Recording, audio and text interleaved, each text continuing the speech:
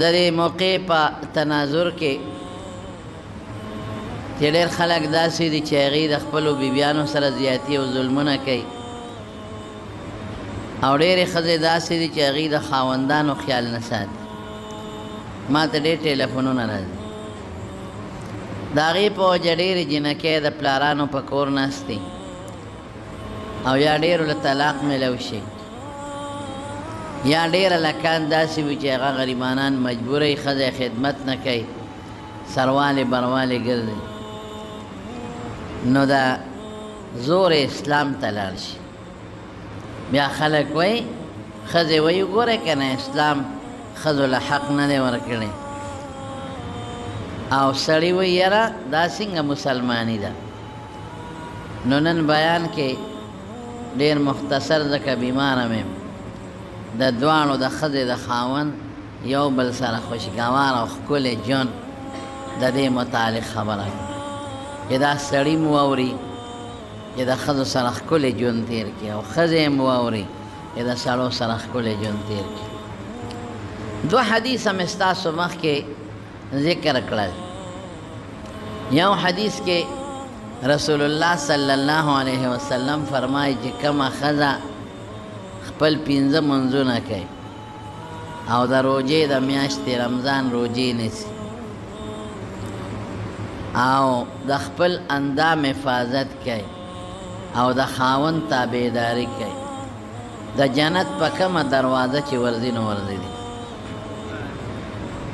اوس د دې لپاره دا شوه چې ته به د خاوند تابعداري کوي په ګناه کې به نه کوې په نارواو کې به نه کوې. او خاوند څه وایي رسول الله مبارک فرمایي بهترین انسان په تاسو کې هغه دی چې خپل کور ښځې بال بچ سره خي او زه په تاسو ټولو کې د خپلې ښځې سره بیبیانو سره او د کور د خلکو سره خیمه. نو خاوند به ښځې سره ښه سلوک کوي ښکلی ژوند به تېروي باغي کېږي به نه او ښځه به د خاوند تابعداري کوي بغاوت به نه کوي نو ښکلی ژوند به تېرېږي. د دې نه خشته ژوند بیا نشته. قاضي شریح دا د حضرت عمر فاروق رضی الله عنه زمانه کې قاضي و. تابعي دی خو ډېر نیک سړی دی او قابل سړی دی او بیا د حضرت علی رضی الله عنه زمانه کې هم قاضي و. یعنی تابعي دی صحابه شته دا نه چې نشته. د عمر صاحب زمانه کې ډېر صحابه د حضرت علی صاحب زمانه کې هم د دنیا صحابه او د صحابه مرتبه د تابعینو ډېر اوچته چې دا ټول تابعین هم راغونډ کې او دا ټول صالحان هم راغونډ کې د صحابه د خپې دوړې ته نه رسېږي الوی خلک. لیکن زمانو صحابه شته او علی رضی الله عنه شریح قاضي کړی دی. دې نه اندازه ولګوې د علم او د تقوا.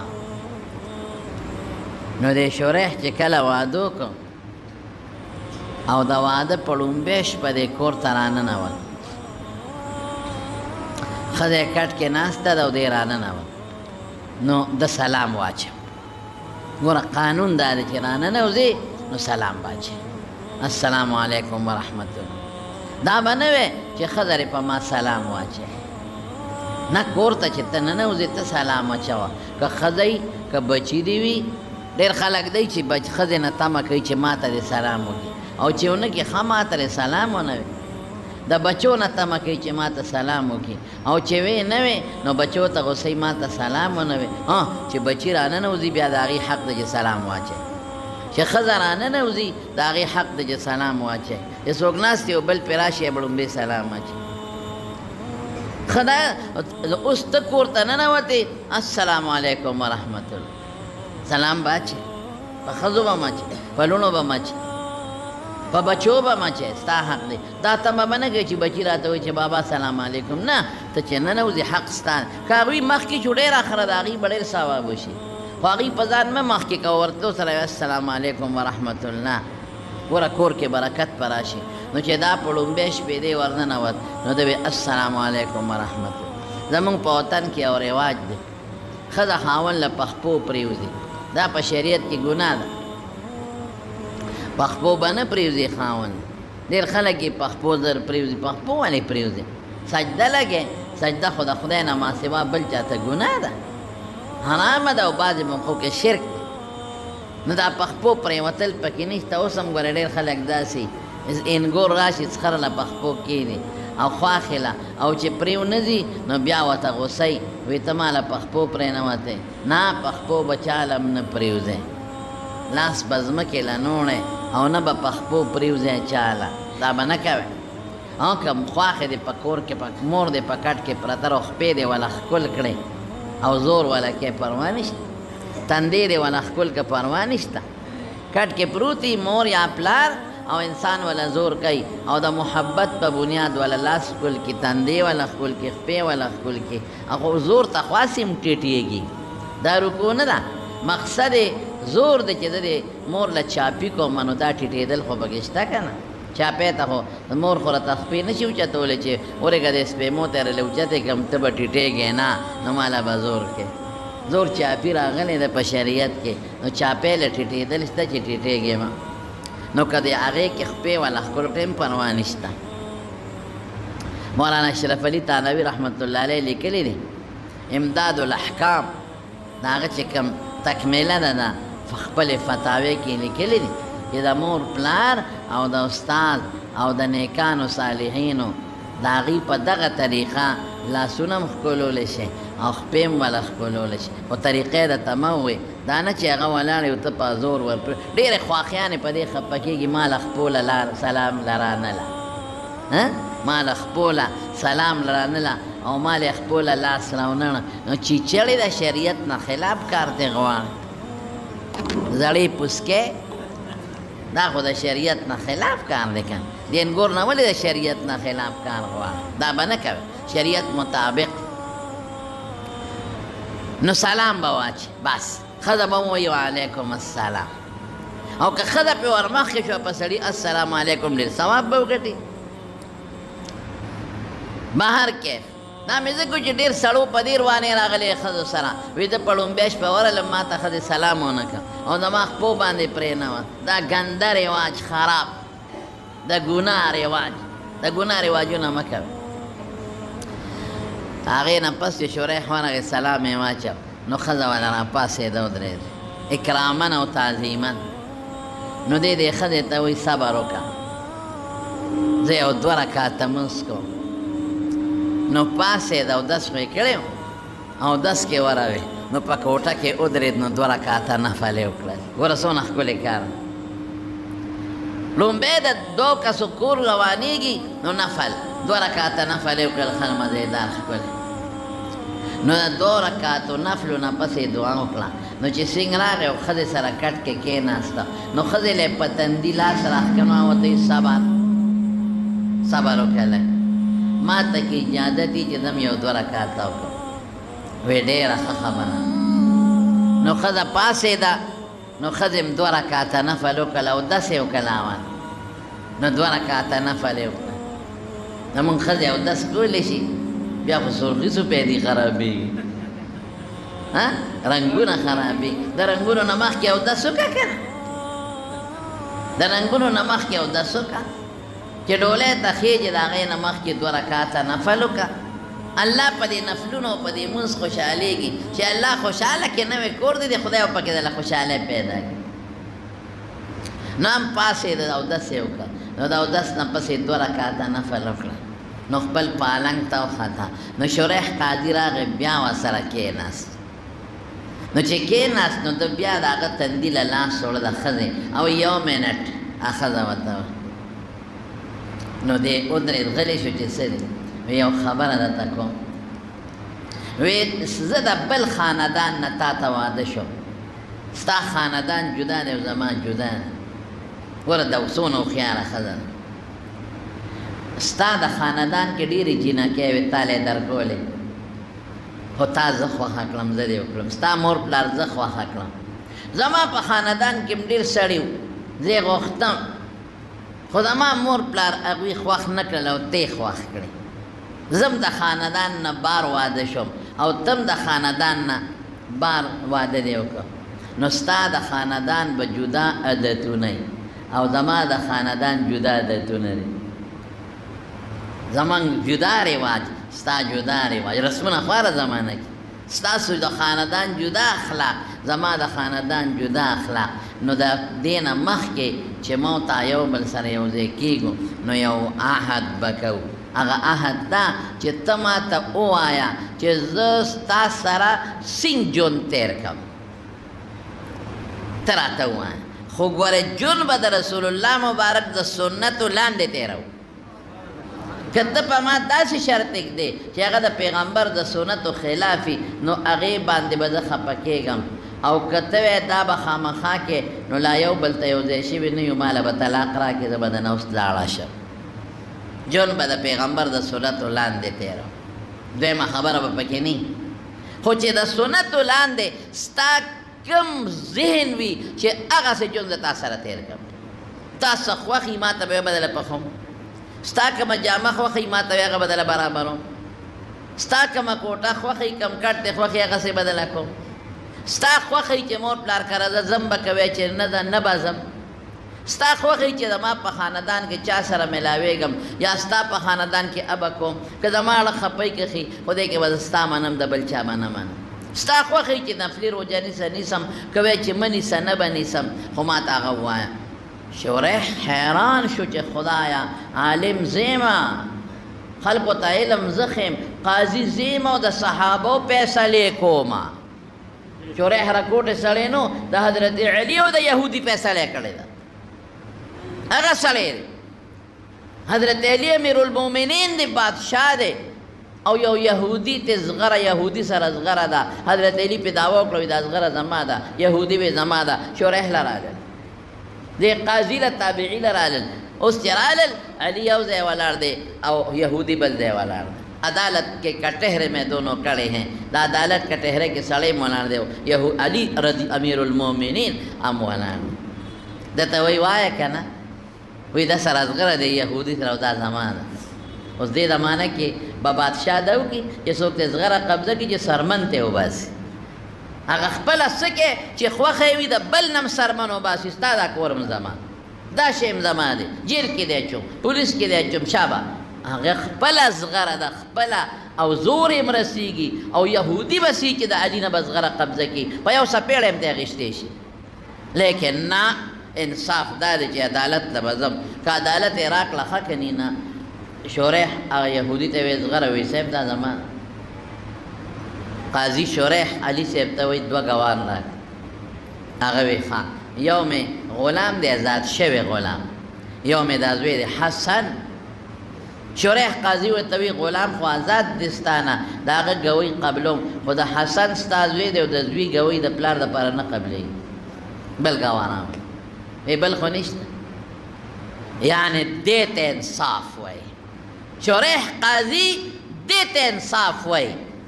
د زوی هغه حسن چې د رسول الله مبارک په اوږو لوبېدلی دی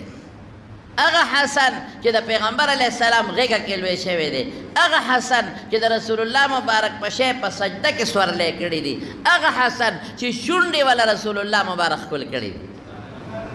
کومې شونډې چې د دواړو جهانو سردار ښکل کړي د هغې نه دروغ نه روځي بیا کم ماشوم چې پیغمبر مبارک ولوبئ هغه نه دروغ نه روځي کم ماشوم چې د رسول الله مبارک په ملا نخري وکړي او حضور پاکي په اوږه وګرځئ هغه نه دروغ نه روځي خو دلته د شریعت قانون دی چې د زوی ګوی د پلار دپاره نه صحیح کېږي د شریعت په معنا هغه علي صاحب پېښ وي ما سره خو بل ګوا نشته دا یو دی وایي چې دا یو دی د ګوی یې صحیح کېږي نه دوه پکار دي وی یهودي له به قسم ورکو یهودي ته وی قسم وخوره یهودي قسم ته تیار شو چې دا خبره یهودی واورېدله نو یهودي حیران شوی لږ صبر وکړه صاحب قسم نه صبر وکړه دا څنګه اسلام دین دی دی خو امیر المؤمنین دی ما نه خو زغره په زوره مغشتی شي په یو څپېړه مغشتی شي ما جیل کې مچولی شي راغې او دعوې وکړه او څنګه چې عام خلک قاضي له دې هم قاضي له راغې نمبر 1 نمبر 2 دا چې دا د پیغمبر زوم دی رسول الله مبارک لوی صحابي دی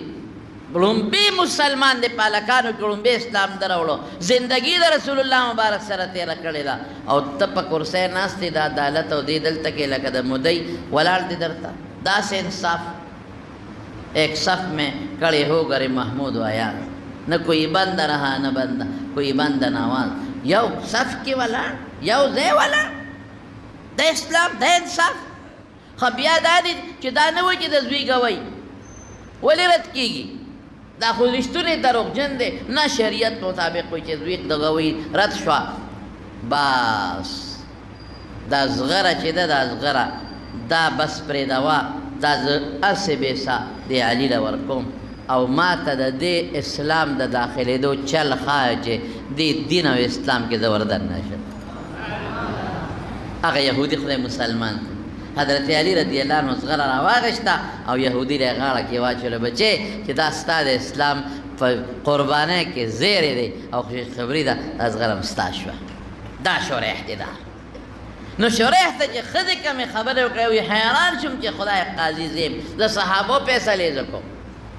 علم ماله خدای را کړی دی او دا څنګه ښځه ده چې ما ته دا خبرې کوي شریح ورته وی بلکل ټیک بلکل جون به د سنتو په دایره کې تېرو او که د سنتو نه مې یو ټکې درته بار ووایې نو تا د قسم چې نه به پوره کوې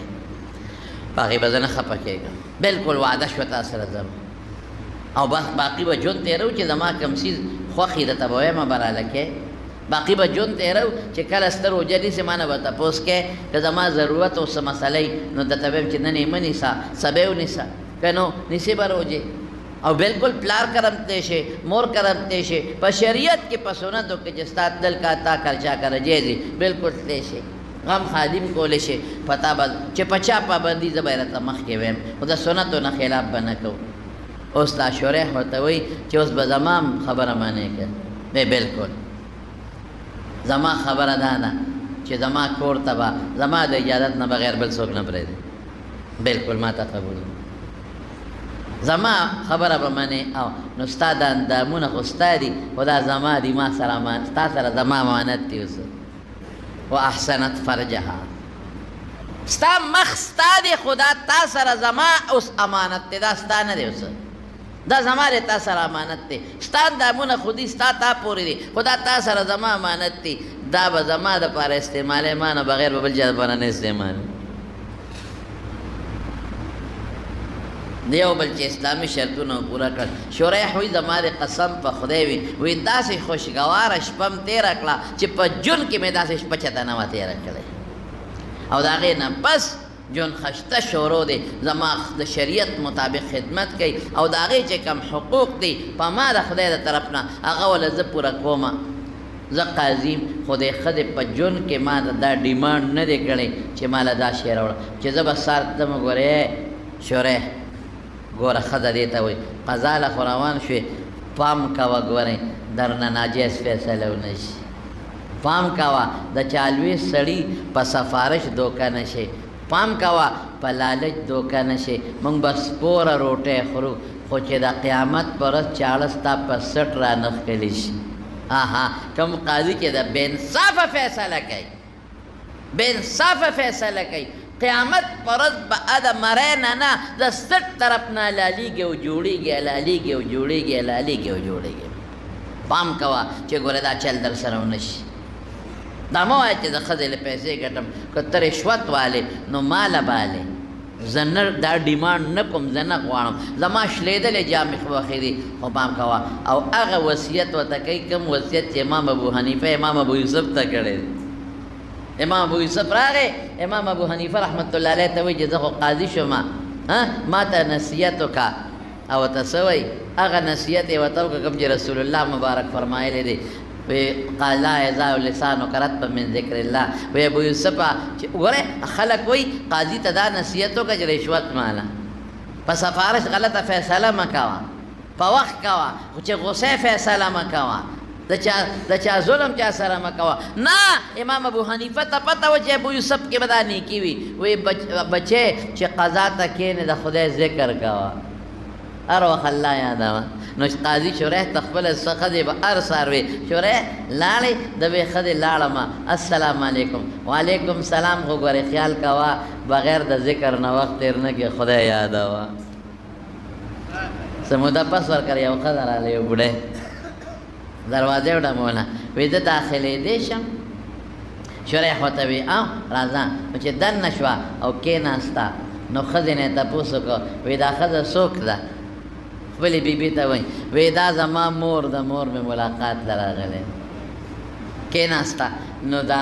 مور یې شریح ته څه وایي وایي قاضي صاحب یو تپوس ته نه کوم ها وایه وی لور دې څنګه ومونته زما لور دې څنګه ومونته زما د لور سره یې جول څنګه دی قاضي ورته وایي جنت مې مونترې لور د جنت دی جنت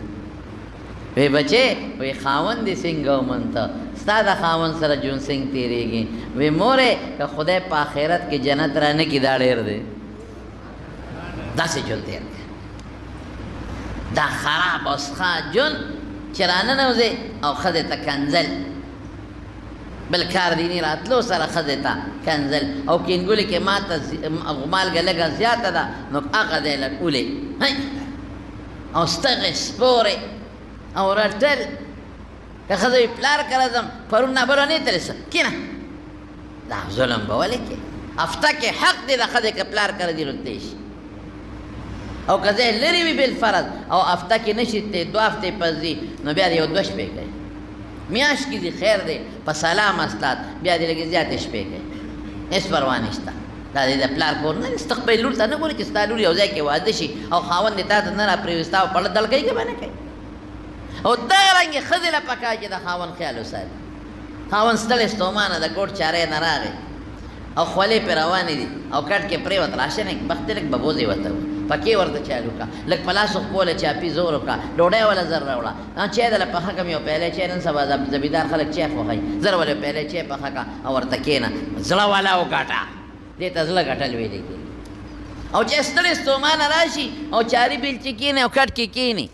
او ښه ستړی وي او ته تا ته وایي یو پیالی چای زمانه موږ ځان له ستړي شو پیالی چای شاړې دی بادې کړې نیکه ښځه کوه عالمه وګوره عالمانو ته مې یو خبره کوم یو سړي عالمه ښځه وکړه چې څنګه یې وکړه هغه عالمه ورته څه وایي او ته وایي زه خو ستا ښځه یم او وایي ژوند به ګوره شریعت مطابق تېرو وایي ډېره ښه ده بلکل ته معلم یې زه معلم یم خاوندم ملا دی او ښځه معلمه ده شریعت مطابق به تېرو وایي ښه نو شریعت کې به ما له ځان له کور راکې وایي بلکل دیوال به راته وایي ځکه ستا لیورونه دي لیورونو سره زما خو شریعت کې ستر پکار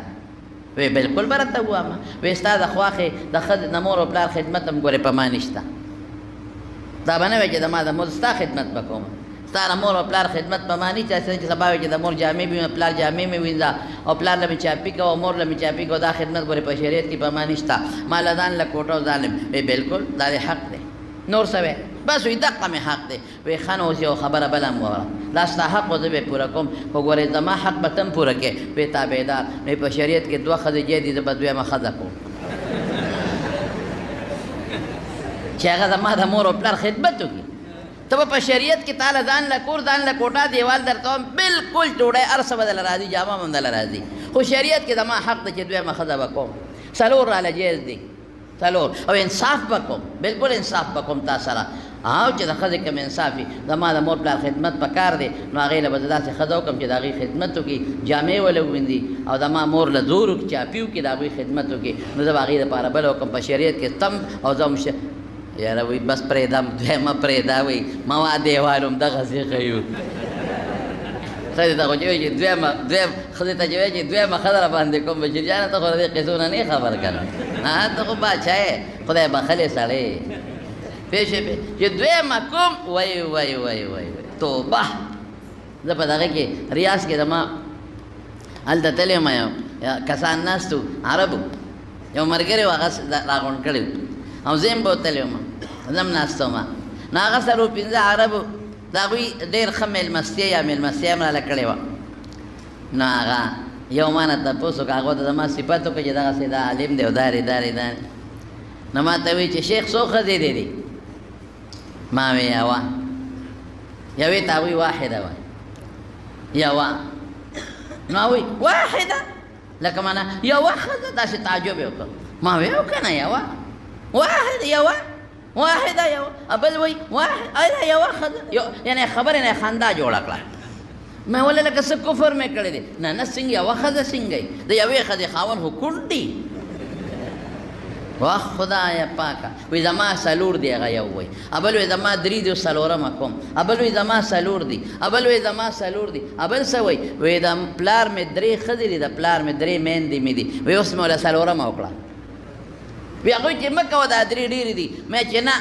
زما هم سر وتاله هم سلور کومه وی زمونږ خو یوه ښځنۍ سلوري مې مونږ خو چې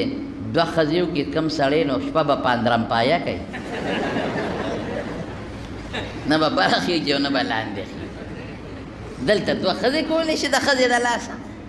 ژوند ځان له تباه کې دوه ښځې به څنګه کې شریعت زمونږ خلک خلاف اثر کې روان یو که نه دویمه ښځه باندې ولې ښځه خفه کېږي ولې ځکه انصاف نشته شریعت کې څلور جایز دي دا نه چې څلور جایز نه دي بلکل څلور جایز دي خو مونږ خلک بیا انصاف نشو کولی بیا ظلم کوي چې یو ښځې له معمولي غوندې خفګان راشي بس بلې سره دیری او دا د سپی غوندې ژوند دیری دې وجې نه ښځه خفه کېږي په دویمه ښځه باندې انصاف بیا ډېر ګران کار دی چې انصاف یو انسان کې پیدا شي نو په دویمه ښځه بیا بنده خفه کېږي ګنې دوم جایز دي درېم او څلور بلو دا پکې چا ویلي وی چې یاره عجیبه دا ده چې په اسلام کې یو سړي له څلورو ښځو اجازت دی نو یوې ښځې له څلورو مړونو اجازت ولې نشته دا نه وی راوتلي دا نه وی دا ماډرن ښځې چې ورته وایي دا فیشنیبل ښځې دا بربنډې ښځې دا عورت مارچ والا ښځې دا خبرې هغوی کې سړي له څلورو ښځو اختیار دی نو ښځې له څلورو مړونو اختیار نشته هونه ما وی ګوره چې سړی څلور ښځې وکړي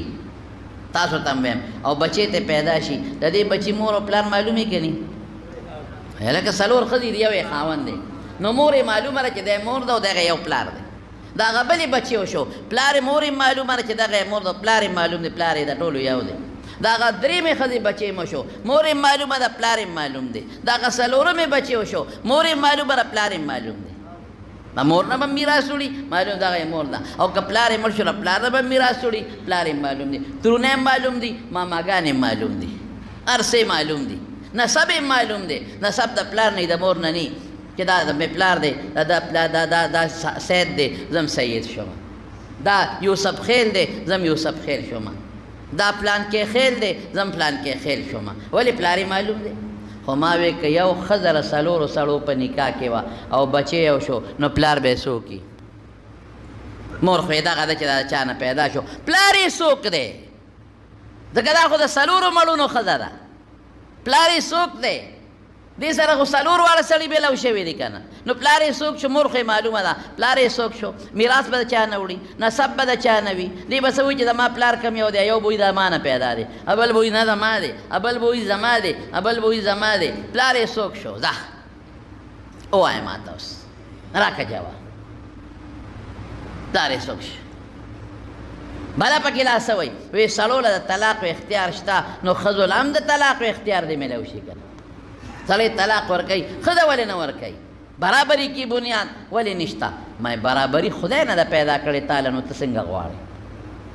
ستا بعضې حقونه د سړي نه زیات دي د ښځې بعضې حقونه برابري دا نه چې ګنې ښځه کمه ده د ښځې حق د یو سړو نه په بعضې موقعو زیات دی څنګه د ښځې مهر شته او د سړي نشته تاله خو زیات درکوي مهر ښځه خاوند چې ښځه کوي مهر به ورکوي تا باندې ګټه نشته چې ته خاوند له کار وکړې ښځه به یې خاوند به یې دله ګټې وروړي بدله دا ستا زیات حق شو دا ستا زیات دی لیکن خدای برابرې نه دی راوستی ته جدا صنف یې هغه جدا صنف دی چې کوم کار کولی شي ستا پلار هم هغه نشي کولی هغه چې کوم خدمت کولی شي ته هغسې نشي کولی چې کوم پیټې وړي شي ته هغسې پیټې نشي وړی هغه چې کوم کار طریقه کار کولی شي هغسې ښځه نشي کولی برابري بنیاد په بعضې حقوقو کې دی په ټولو کې نه دی اوس مهر ستا سره سړي نشته کار په تا نشته او په سړي شته ګټي به هغه او تاله به یې راوړي ها د طلاق اختیار ښځې له ورکړه. رسول الله مبارک وایي ناقص دین هم ناقص دی او عقل هم ناقص دی. نو چې ته ښځه خو زر نه بوډا کېږي، سړی خو زر بوډا شي. نو کله غوندې خاوند دې بوډا شو ټخ ټوخ یې جوړ کړي، بیا ورته څه وایي ځه ما طلاق کړی. دی به څه کوي؟ جومات کې مال را لېږي ټخ ټوخ به کوي. طالبان دې سبق ویلی شي اگه تبلیغ له به ځي بیا دې لګوي شي روزې دې لګوي که نه او چلې لګوي او تپوس وکړي هلکه چله خو دې پوره شه کور ته به کوي. کور ته څنګه لاړ شو؟ ولې ښځې طلاق کړی یم. دا بلغه یو سړي وي بیمار یم وي زخم دې را باندې وی په کوم ځای؟ وی هل د ویلو نه دی او ځای د خولو نه دی. هل د ویلو نه ځای د خولو نه دی. نو حاصل له خبرې دا دی چې بیا به څه کوې او ښځې له ها او که ته وایې خاوند ښځه ظلم کوي نو خاوند طلاق ورکوي. نو که خاوند ظلم کوي نو ښځه به څه کوي؟ ښځې له اختیار شته که نه، عدالت ته دې لاړه شي خلع دې وکړي. دا شوه دا طلاق اختیار شو. قاضي له لاړه شه ووایه چې دا ښځه ماله خاوند ماله خپل حق نه راکوي. ووایه چې دا خاوند زما چې کوم حقوق دی ماله نه راکوي. حقوق ډېر دي، جامه نه راکوي، ډوډۍ نه راکوي، ډاکټر له مې نه بوځي. نور قاضي له دې اختیار شته چې تفریق راولي چې ځه بل خاوند کوه، عدت نه پس کولی شي بل خاوند. خلع ورسره وکړه چېرې ته مې نه خوښه، خیر و خلاص، ما پرېږده بس، ما جدا کړه. زما وروڼو خبره مې دې پورې کوله چې دا دواړو طرفونو نه حقونه او دواړو سره به ښکلې مزېدار به ژوند تېر او یوازې ښکلې والې نه دي. ګورې ښځې هم قمقلې دي. ما له یو ښځه یو ځل لاله وي ما له د دې خاوند نه جدا کېږم. ما یې نو زه در سره څه وکړم ولې جدا کېږي؟ خیر چې تلا تلا تلا تلا تلا بیا راووتم مې چل پکې څه دی ډوډۍ هغه سړی وي دې نه تپوس وکړه د ما نه دې ته څه تکلیف دی. ما ورته چې د ډب ورکړی د پلار یې قدر کوم د مور یې ډېرې زمانې خبره د مور یې قدر کوم د رونو یې قدر کوم ډاکټر لی بوځم جامه راوړم اخر دې نه تپوس وکړه د دې ښځې نه ما کې څه چل دی؟ ما هغې نه تپوس وکړه یاره مولوي صاحب وایي بس ما پرېږده وه بس خو ماله تې طلاق واله ما هر هر څه ورته پرېږدم خو ما تې جدا کړې. یا خدای پاک ما خو پیکه که نه په څه بنیاده وایي بس مولوي صاحب ډېر ټاومه که نه مې بل سړی دې خوښ دی وي قسم په خدای که مې بل خوښي یا به مې څوک کوي بل څوک یا به مې نه کوي. دې خو به بله ښځه وکړي خو ما تې جدا که. نو ما وی آخر وجه سره وی داړه ور دی. یا خدایه پاکه نو ستا داړه ورسره څه هلکه مې ګزاره کوه نو داړې دې غټې غټې دي بس د ښځې مخکې خوله مه وازوه نو مه دا چل وکړه. دې جج سره پخوا زمونږ دلته یو ګورنر و فضل حق صاحب نوم یې دا خبره د کولو نه ده خو خولې له مې راغله نو فضل حق صاحب دلته ګورنر و د هغه پلار دلته جج و په 400 کې. یقین وکړه ما ته ښه مضبوط ثقه سړي ویلی دي مضبوط یعنې ښه ثقه سړی هم مړ دی خدای دې وبخښي حاجي صاحب هغه راته په خپله حاجي صاحب هم بابا حاجي سره به زمونږ کېناسته علم به مو سره کتابونه به هم وي. هغه یو ښځه لاړه او زه هم په عدالت کې وم او د فضل حق پلار دلته کې جج و ګورنر هغه ته یې دعوه کړم مره دې خاوند نه خلاصه کړه. ولې خلاصه کړم؟ څه چل دی؟ خاوند دې مې تپوس وکړه څه نقصان مې ورسره کړی څه چل مې کړی دی؟ ډوډۍ جامه وی نه بس په هر څه دي پوره دی خو ما دې جدا کړه. څه چل دی ولې دې جدا کړم؟ ما ته خو څه ووایه که نه زه به څه لیکم چې په څه وجه طلاق یاره وایي بل څوک دې خوښ دي نو زه به درته وایم طلاق ورکړه بل وکړه زه ټیک ده وایي نه قسم دې کوم بل څوک خوښ بیا د بې دې معافي دا خبره مې خولې له راغله چې اوس یې بندولی هم نه شم او کولی هم نه شم. وایي څه چل دی؟ وایي دې ټیزونه اچوي دې ښځې سره څه کوې دې ښځې سره څه کوې ټیزونه اچوي نو څه کوې ورسره بعض انسان بیماري وي دا مونږ ته پته ده ډېر خلک مونږ نه تپوس کوي چې ما نه هوا روانه ده او زمونږ کتابونو کې هم راځي چې کوم سړي د هغه نه هوا روانې دی به مونږ سره څه کوي هر وخت له به اودس کوي نو هوا چې روانې نو هغې سره بعضې وخت کې اواز هم وځي همغه چې اواز ته نه ګوري سولی طوفان ته چې تېز شي نو شپېلې وایي که نه وایي سولی طوفان. نو خبره مې وروڼو دې پورې کوله چې اوس درته دې متعلق یو خبره کوم د دې متعلق دا یو ابو غرزه ورته وایي ابو غرزه یو ډېر لوی سړی دی هغه عبدالله ابن ارقم صحابي ځان سره بوته وی راځه نو چې څنګه یې بوته کور ته دی ابو غرزه وی راځه زما دوست دی او ما سره کور ته لاړ شه نو چې لاړ نو دا ابو غرزه د خپلې بیبي ته وایي ما ته دا خبره راسېدلې ده رښتیا وایه ما ته ما ته دا خبر را رسېدلې ده چې ته زما متعلق بد رد وې او ستا د نیم خوښه ستا د خدای په ذات قسمي دا صحابي مې راوستلی عبدالله ابن ارقم دا صحابي د ده مخکې ووایه ما ته ستا د په هغه ذات قسمي چې ته پیدا کړې چې زما د خوښې مو که نه بس چې دا خبره وکړه نو دا عبدالله ابن ارقم ورته وایي یا لکه دا خبرې څه لپاره کې تا ته څه پته ده چې ته دا ښځه ستا نه دې ته نه خوښه او تا سره بغض کوي څه وجه ده وایي د دې خبرې ما ته را رسي ښځه خو خبرې کوي که نه سر خوړې دا مصیبت خو شته ښځې ته چې وایي دا خبره مه کوه کوي او بیا خواښې وایي توبه وباسه چې پیاله چیرې پخه کړه او دا تپوس یې ته وکړه چې انګور دې څنګه ده څنګه را سره بس کتاب د الف نه شروع کړو په یې ختم کړي داسې ده که نه داسې ده بس اوس په کور راغله او باچقه شو پلان کې بد رد نو وایي ما ته د دې ښځې خبرې را رسېږي د دې د نیم خوښه نو تا ته وایم ستا مخکې دې تپوس کومه وی وایه ښځې په هغه ذات دې ستا قسم چې تا کائنات یې پیدا کړي دي چې ته زه دې خوښه یم او که نه وی قسم دې را کوي وی نه مې خوښه بلکل مې نه خوښه وی قسم دې را کړي رښتیا مې ته وی نه مې خوښه نو وی بیا نو بچې نه مې خوښ طلاق را کړه یا خدایه بس ده والا ورکو خو د عبدالله ابن ارقم دې لږ صبر وکړه امیر المؤمنین له ځو حضرت عمر فاروق رضی الله عنه دا هم صحابي دی رشته حضرت عمر فاروق رضی الله تعالی عنه لراله چې رالل امیر المؤمنین دا چل شوی دی یا د خدای بنده یا د خدای بنده تا ولې دا خبرې کوې د ښځې بغض دی او کسرې تی پس خیالاتو پې شوي نه چې څه مطالبه رې ترې کړی دی پوره کوي که نه هر سره له پوره کوي نو وی دا قسم دی ولې ورکو وی خلکو راته وی چې دې در پسې خبرې کوي دا ښځه در پسې او دې نه یې خوښ نو ما ځکه دا چلو وی ورشه ښځه یې راولې ښځه چې یې وله څنګه راوسته ام کلثوم نو ورته وی چې تا دا خاوند خوښ دی که نه دی خوښ یا امیر المؤمنین زه څه نشم ویلی نه تا خو اوس ده ته وی ده قسم راکړه ما د ده څه خدمت نه دی کړی ما ده له څه جامه نه ده پوره کړې ما د ده کومه خبره نه ده پوره کړې ده ما له ولې قسم راکړو نو وی تا ورته ولې وي چې زما نه یې خوښه او زما سره بغض دی وی ما د خدای په نوم قسم راکړو نو بس ما رښتیا ووایي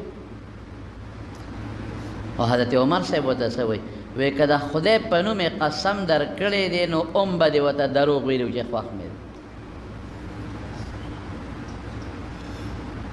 وی امیر المؤمنین خوښ مې نه دی رښتیا ویم درته ولې یې نه دی خوښ وی ښکلی نه دی ټیک ده خبره بعضې ښځه نه خوښه ښکلې نه د خاوند نه خوښه بعضې سړی ښکلې نه د ښځې نه خوښه حضرت عمر صاحب ورته څه وایي وی ژوند تېرول یوازې په ښکلا نه دی ښکلا خو عرضي شی دی سړی ښکلي وي چې بوډا شي مخ یې چپړ شي غاښونه یې وځي ښځه ډېره ښکلې وي او ښشتی خو چې بوډی شي جورابه مخ ته جوړ شي چیچړ جورابه لکه باټینګن چې زوړ شي او چپړ شي دغه شی ته جوړ شي ښشته ښکلې ښځه په ځوانۍ کې داسې وي چې مزېدار چې بوډی شي لاړې نو ښکلا خو عرضي شی دی غاښونه خو عرضي شی دی کله به کله به نه رنګ خو عرضي شی دی اخلاق او دین وینا امیر المؤمنین اخلاق او دین خو ډېر مزېدار دی ډېر ښه دی نو چې اخلاق او دین یې ښه دي نو یوازې د ژوند د تېرولو رنګ دی ام کلثوم یې توبه توبه معافي غواړم زه نه غواړم طلاق نو ډېر خلک وایي داړي دي نو مې بس سړي ته مې لکه لاړ شه غاښونه دې وباسه خبره خلاصه شوه نور کېده دا اوس خبره زما وروڼو حضرت ابو سلمه دا د عبدالرحمن ابن عوف رضی الله تعالی عنه زوی دی وایي چې د عبدالله ابن ابي بکر حضرت ابو بکر صدیق رضی الله عنه زوی دی عبدالله د هغه نکاح کې یو جینۍ وه د هغه جینۍ نوم عاتکه و او عاتکه څوک ده د زید ابن عمرو ابن نوفیل صحابي لور ده زید ابن عمرو ابن نوفیل رضی الله عنه هغه صحابي دی چې عشره